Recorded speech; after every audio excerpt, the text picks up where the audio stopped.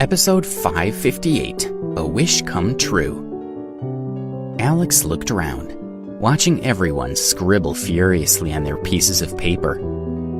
Then he turned to his mother and saw she was writing too, her expression serious. "Write something," she urged him. "Okay," Alex said, deciding it was best to humor her. He scratched his head, trying to decide what to write, before finally expressing a wish that his parents would live a long and happy life.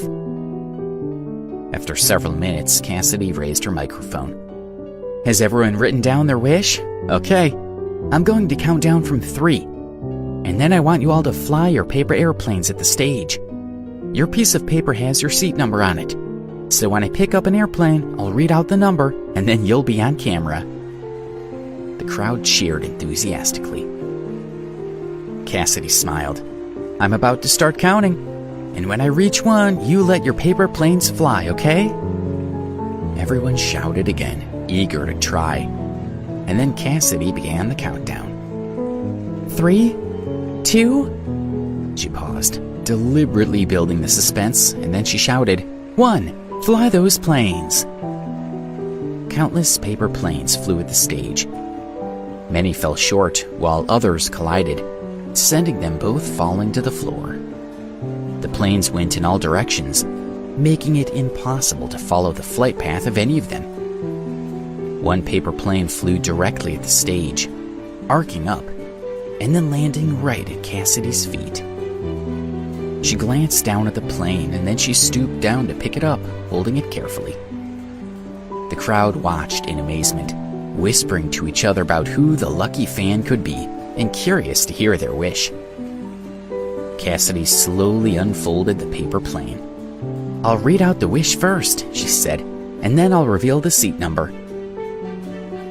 She looked down at the paper and began to read. "Hello, Cassidy. I came to your concert with my son who's a big fan.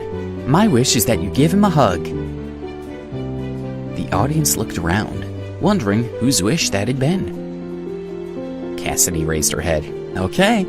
Please pay attention to the big screen where the lucky winner will be revealed. The seat number in question is..." She hesitated, building the tension. "It's 4F. The camera aimed at the seat, displaying Flora's face on the big screen. Alex gaped at her, feeling confused. "My mother won?" he thought, shaking his head. All eyes were on the screen, eager to see Flora's son, who might be the recipient of a hug from Cassidy. "So where's your son?" Cassidy asked. Flora gestured to the chair beside her, and the camera swung around to display Alex on the screen. What on earth was my mother thinking? Alex wondered, unhappy with the attention. "All right, everyone," Cassidy said. "Let's invite this mother and son to the stage. And I have to say, what a young-looking mother. She could almost be a sister." Alex scowled. Flora's trip was supposed to be a secret. After all, the family had forbidden her to have contact with Alex, so drawing too much attention was a foolish thing to do. Flora grinned and nudged him. "Come on," she said. "We've been invited to the stage. We can't keep her waiting." "Don't be shy," Cassidy said, waving at them. "Get up here." With so many people watching, Alex couldn't afford to make a fuss. So he gritted his teeth and followed his mother to the stage. Everyone stared at Alex as he and his mother walked over to join Cassidy. "Oh, your son is very handsome," Cassidy said, smiling at Flora. Then she turned to look at Alex with a glint in her eye, clearly interested in him. "If you leave your contact information, I'll make sure you receive a surprise," she said, looking him up and down. The backstage staff giggled, knowing Cassidy had just made that up. There had been no plans for an extra surprise. "Sorry, I'd prefer not to," Alex said firmly, wishing he could get back off the stage. "Alex, don't be silly," Flora said. She took the paper airplane and scribbled on it. "Here, this is my son's phone number." She handed it over. "I'm such a huge fan. You are so talented, and I just love your voice." Thank you, Cassidy said, blushing. Everyone was surprised because they hadn't expected such a big star to be shy. I'll be in touch later. Flora beamed at her, and Cassidy stepped forward, giving her an enormous hug. Flora's face lit up with joy, thrilled to be so close to her idol, and the audience roared their approval. Then Cassidy turned to look at Alex. Your mother clearly loves you, he said, smiling. Her wish was all about you, so why don't you give her a hug too? Flora was in heaven. She was standing on stage with Cassidy Pike and her beloved son, and she had never been so happy. Alex stepped forward and wrapped his arms around Flora, and she snuggled into him. Why should I be forced to hide my love for my son, she thought. If we get caught, I'll take whatever punishment the family decides on. I don't care. It's worth it.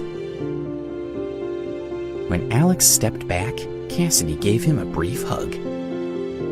Alex freed himself as soon as possible and stood next to his mother.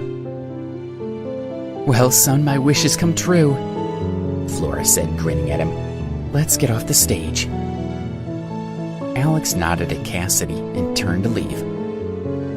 Cassidy watched him go, her expression thoughtful. As they walked back to their seats, Flora was practically walking on air, and Alex shook his head, amused by her behavior. Cassidy treated the audience to one last song, and then the concert was finally over. The crowd milled around for a while, reluctant to leave, but gradually they began to file out of the theater. Alex, Cassidy slipped me her contact information, Flora said, pressing a piece of paper into his hand. Keep this safe and don't lose it. Alex fought back the urge to roll his eyes. Okay, Mom, he said. I know you're just trying to look out for me. Good boy, she said, patting his arm. You know, I think Cassidy really liked us. Alex laughed, knowing his mother wasn't likely to stop talking about Cassidy anytime soon. He actually found her enthusiasm quite endearing.